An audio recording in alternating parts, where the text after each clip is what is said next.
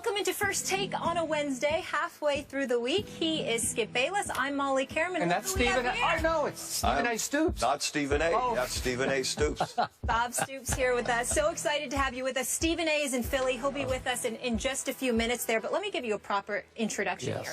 He is entering his 17th season as head coach of Oklahoma, has 8 Big 12 championships to his name, and has the second highest winning percentage in college football over the last 15 years. We officially welcome, again, Bob Stoops. Thank you for doing this on short notice. Yes. Thank you. Good to be with you guys. Thank you. I think this guy has something he wants to ask you about last season.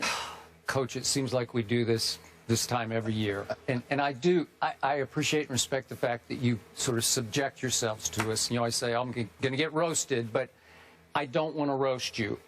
I always disqualify myself every time I talk about the University of Oklahoma football program on this show because I am an extremely emotional and unobjective fan. My grandfather took me to my first game when I was 5 years old, as I've told you before. I have always liked you very much personally, and I have always appreciated what you did for my program. What is this now? You've been there 16 years. 17. I mean, this will be your 17th year.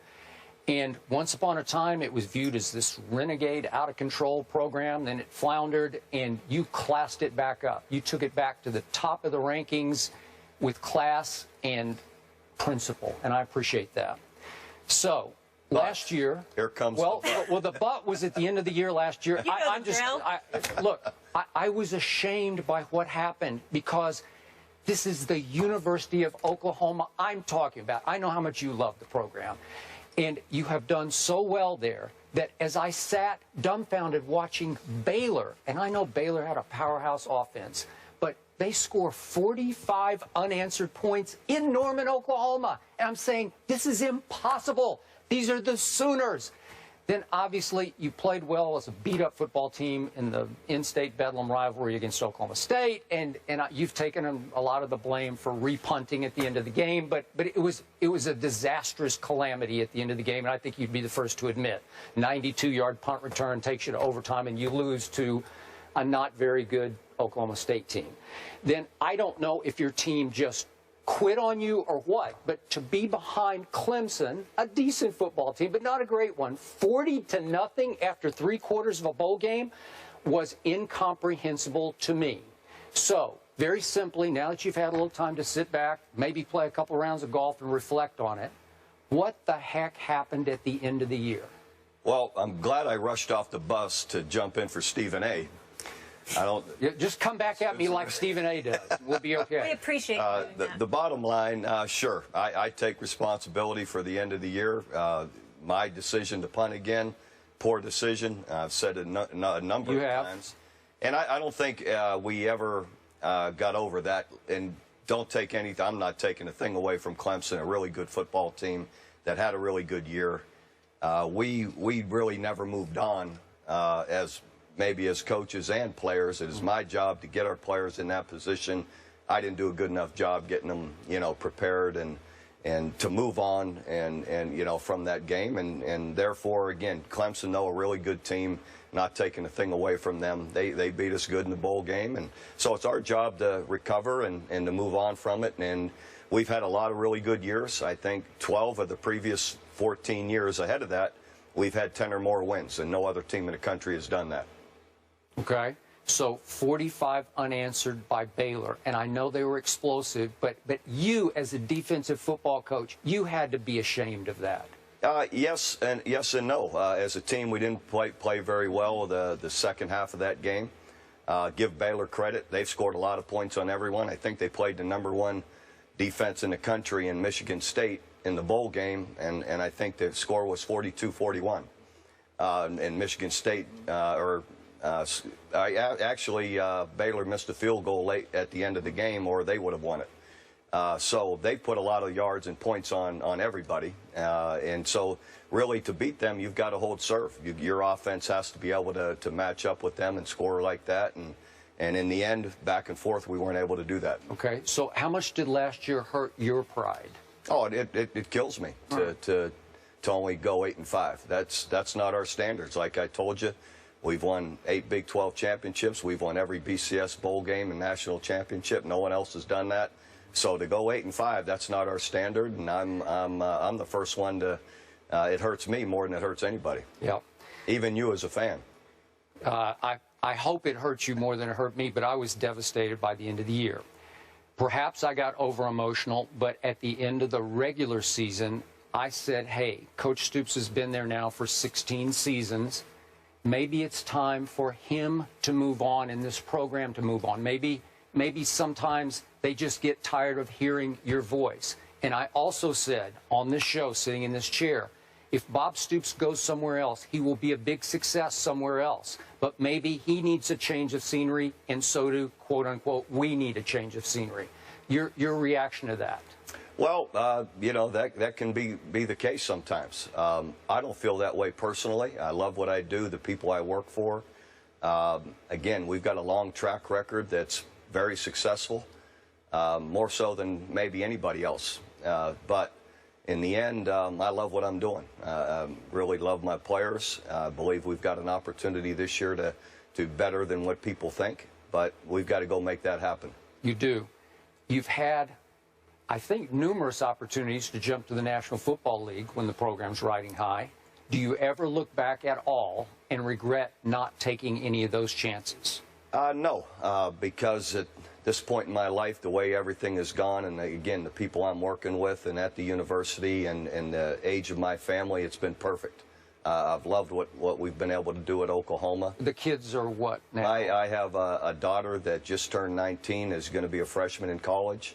And I have two sons, identical twin sons, that are 16, going into their sophomore in high school. So for where we're at in our life right now, this has been great. So going into next year, I remember Todd McShay, I know you know Todd, he did sideline at your Tulsa game, remember the rain game at Tulsa, and was raving about your talent level. And I believe Todd said this could be as talented a football team as there is in the country. And you were picked high last year, I don't know, top 5, maybe consensus by the polls. Where is that talent level now going into this football season? I feel we've got a very talented team. We've got a good football team. You know, anytime you graduate some players or they move on to the NFL, you've got to replace some guys. But I feel we have guys in place that are good football players to take over for them. So I feel that we've got a team that can compete for a championship. Quarterback, maybe a two-way, maybe a three-way battle. What's your gut feeling right now on which way you would go there?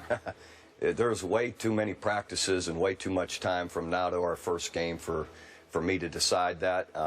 I want to see those guys continue to compete for it, and just want to see who's going to be the most consistent at making the plays that are there and running our offense, moving the chains, and who's going to avoid the really poor plays that really hurt us, you know, the turnovers that really can, you know, break your back.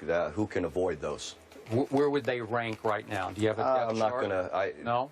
You know, Baker Mayfield and Trevor Knight are really neck and neck, and Cody Thomas is right on their heels. He really made a lot of progress through the spring, and we really like the direction he's going as well. Trevor Knight seems like a great young man. Is that fair to say? He's a fabulous just person. All-time. Yeah, he's everything you want in a student athlete. Do you think you have, maybe that you stuck with him a little too long last year just because he's so likable? No. You know, the guy's earned, you know, his way on the field and everything that he's done, and guys around him have to support him. I think at every level of football, too much is put on just the quarterback. The players around him have to play well, too. He had a great game against Alabama, the previous bowl, obviously, the Sugar Bowl. An all-time great night, but maybe is it possible to say Alabama didn't show up for that game the way you guys didn't show up for the Clemson game? Well, again, I'm not making excuses for our Clemson guy. I complimented Clemson. They played a heck of a game, and they're a really good football team. And I don't need to go all the way back to the Sugar Bowl in Alabama. It is what it is, and the game was what it was. So that's a while from now, and I'm moving on to this coming year. TCU, I thought, got robbed at the end of the year. You don't have a conference title game. Your thoughts on whether you thought they belonged in the Final Four? I sure did.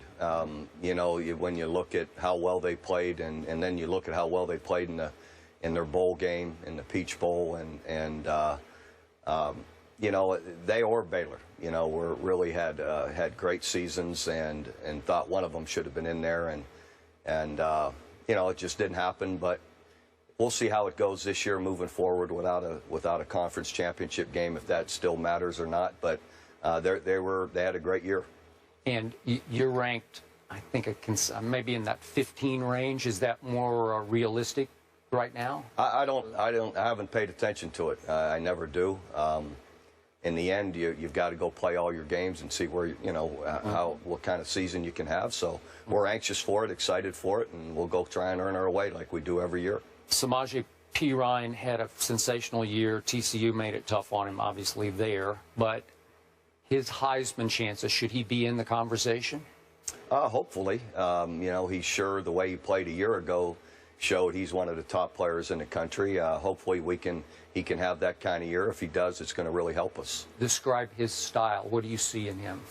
Incredibly physical, faster than people think. What's he go? What weight-wise? What? You know, weight-wise, he's about 230. A year ago, he played about 235. He's cut a little weight, but he's gained speed. He's gained more power. He's stronger than he was a year ago naturally as he's getting older and maturing. But he's worked really hard. So what would you say his 40-yard time would be? Just I mean, would he be a 4.5-ish? Yeah, he's 4.5-ish. Okay. Yeah. You know, but again, it'll be interesting this year with just cutting a little weight and gaining more strength. I'm sure he'll pick that up. Sure. Yeah, Coach, two things I want to hit before I let you go. So you said a new direction you guys were going to head in. Is it the spread offense? It is. We hired Lincoln Riley from East Carolina, kind of going back to our roots when I hired Mike Leach from Kentucky to start in '99, and we moved on from there. But, you know, it's a style of offense that I really believe in, the disciplines of it and the principles of it, and our players really took to it in the spring really well. And, Coach, I have to, before you go, hit you with this. So Joe Mixon and Frank Shannon returned to the program after both players were suspended last season. Mixon punching a female student in a restaurant, and Shannon was found guilty violating the school's sexual misconduct policy. This has been a problem across all of college football, not just your school specifically. What changes have you seen from those players moving into this year? Well, first of all, there's no place for it. It's always wrong, and in all situations, in all circumstances. Violence against women in any form is wrong, and they've been disciplined and they have been punished. You know, all situations are always different and circumstances can be different, but it's still always wrong. You know, they've met quite a few measures from the university and discipline from the university and from our program, and they've done it to the very best that they can in every form. Moving forward, they have strict guidelines on where how they will be judged and what's expected of them. And, you know, moving forward, we'll see where it goes. But we're dealing also, we're an educational institution. We're dealing with 18 to 20, 21-year-olds at times that make mistakes or have bad judgment. And it's our job to teach them, to guide them, and hopefully, you know, help them in their life to grow and mature, to be great citizens and people you want to be with as they leave, people that are, again, great citizens as they leave. And that's our job, to educate, teach, and help form young people. And so they have that opportunity, and we'll see where they go from it. No days off, full-time job as a college football head coach. Coach, I truly appreciate you being here, pinch hitting for Stephen A. Otherwise, I was going to have to spar this guy. Yeah. I don't know how that would have worked. Coach Stoops is better looking than Stephen A.